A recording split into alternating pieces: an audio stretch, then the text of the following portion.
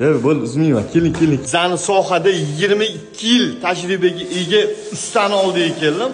Hozir shu ustamizdan intervyu olamiz. Ustozing qani? Qanaqa ustoz? Men o'zimman bu yerda ustoz.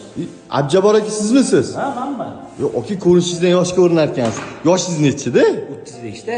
Qanaqasiga 22 yil hisobga to'g'ri kelmayapti-yu. Bu sohaga kirib kelganimda men 13 yosh bo'lganman. To'g'ri, bu hammasi hazil edi.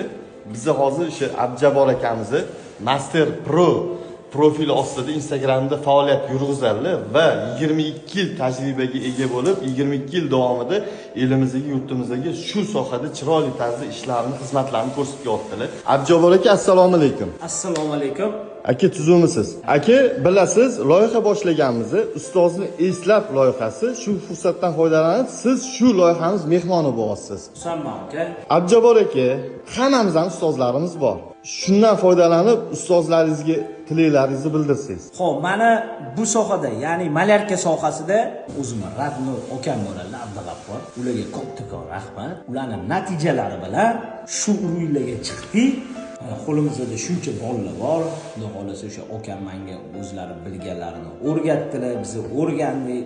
Ana endi bo'lsa men o'zim shogirdlarimni o'rgatib kelyapman. Sizga kattakon rahmat. Keyin gipskardon sohasida Tohir akam bilan Kozim akam mening ustozim bo'lganlar. Ularga ham kattakon rahmat. Ulardan ham ancha ilm olganmiz. Xudo xolasa hammangizga rahmat kattakon. Ustozlarimizni boringlarga shukr. Sizlarning orqangizdan biz mana shu natijalarga erishib kelyapmiz. Sizlarga kattakon rahmat.